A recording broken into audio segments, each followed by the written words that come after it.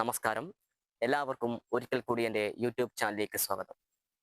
ഇന്നൊരു വാരാഹി മന്ത്രത്തെക്കുറിച്ചാണ് നാം പരിചയപ്പെടുന്നത്. പ്രത്യക്ഷ ഫലവേഗത നൽകുന്ന ഒരു ദേവതയാണ് വാരാഹി അമ്മ. മന്ത്രം ഉരുവിടുന്ന മാത്രയിൽ തന്നെ കാര്യം നേടിയെടുക്കുവാൻ നമ്മെ സഹായിക്കുന്ന ഒരു ദേവതയാണ് വാരാഹി അമ്മ. ഒരുപാട് ആളുകൾക്ക് ഗുണം ലഭിച്ച ഒരു മന്ത്രം കൂടിയാണ് ഈ വാരാഹി മന്ത്രം. അതുകൊണ്ട് തന്നെയാണ് ഈ ഒരു മന്ത്രം നിങ്ങളിലേക്ക് എത്തിക്കുന്നത്.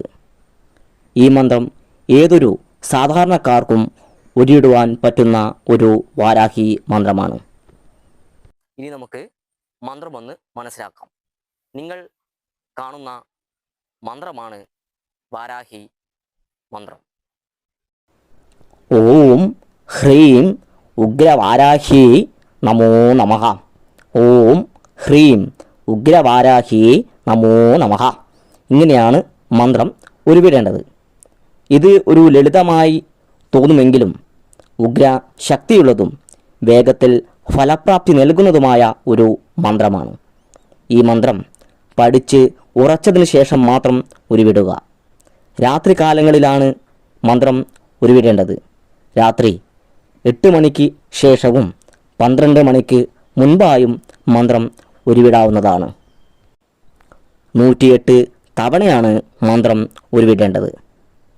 മന്ത്രം ഉരുവിട്ടതിന് ശേഷം കാര്യസാധ്യം എന്താണോ അത് പറഞ്ഞു വേണം അവിടെ നിന്ന് എഴുന്നേൽക്കുവാൻ. രാത്രികാലങ്ങളിൽ വടക്ക്, കിഴക്ക് അല്ലെങ്കിൽ പടിഞ്ഞാറോട്ട് തിരിഞ്ഞും നിങ്ങൾക്ക് മന്ത്രം ഉരുവിടാവുന്നതാണ്. മത്സ്യമാംസാദികൾ കഴിച്ചിട്ടുണ്ടെങ്കിൽ 3 മണിക്കൂറിന് ശേഷമേ നിങ്ങൾ മന്ത്രം ഉരുവിടുവാൻ പാടുള്ളതുള്ളൂ.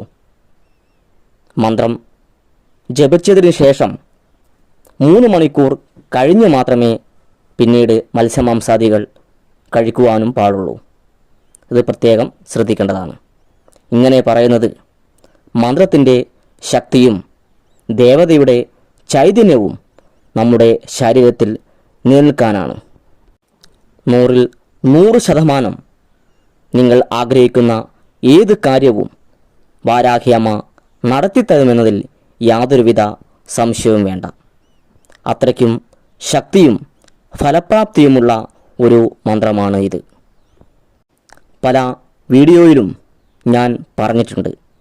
പല അന്ധമായ വിശ്വാസത്തിലും അകപ്പെട്ട് കപട ആളുകളടുത്ത് പോയി പണവും സമ്പത്തും നഷ്ടപ്പെട്ട ഒരുപാട് ആളുകളുണ്ട്. അവർക്ക് അതിനെക്കൊണ്ട് യാതൊരുവിധ ഗുണവും ലഭിച്ചിട്ടില്ല. മാത്രമല്ല ഉള്ള സമ്പത്തും മൊത്തം നഷ്ടമാവുകയാണ് ചെയ്തത്. നിങ്ങളുടെ ജീവിതത്തിലെ പ്രശ്നങ്ങൾക്കും സങ്കടങ്ങൾക്കും കാര്യസാധ്യത്തിനും എല്ലാവിധ തടസ്സങ്ങൾക്കും നിങ്ങൾക്ക് വീട്ടിൽ നിന്ന് തന്നെ മന്ത്രജപത്തിലൂടെ മാറ്റിയെടുക്കാൻ കഴിയുന്നതാണ്. അതുമാത്രമല്ല ആരാധനാലയങ്ങളിൽ പോയി കൃത്യമായ വഴിപാടുകളും നടത്തുക. അങ്ങനെയാണെങ്കിൽ നിങ്ങളുടെ എല്ലാ പ്രശ്നങ്ങൾക്കും ഒരു പരിധിവരെ പരിഹാരം കാണാൻ കഴിയും. അല്ലാതെ കപട ആളുകളടുത്ത് പോയി നിങ്ങളുടെ സ്വത്തും പണവും വെറുതെ നഷ്ടപ്പെടുത്താതിരിക്കുക. ഇന്നത്തെ വീഡിയോ നിങ്ങൾക്ക് ഇഷ്ടപ്പെട്ടു എന്ന് കരുതുന്നു. നന്ദി, നമസ്കാരം.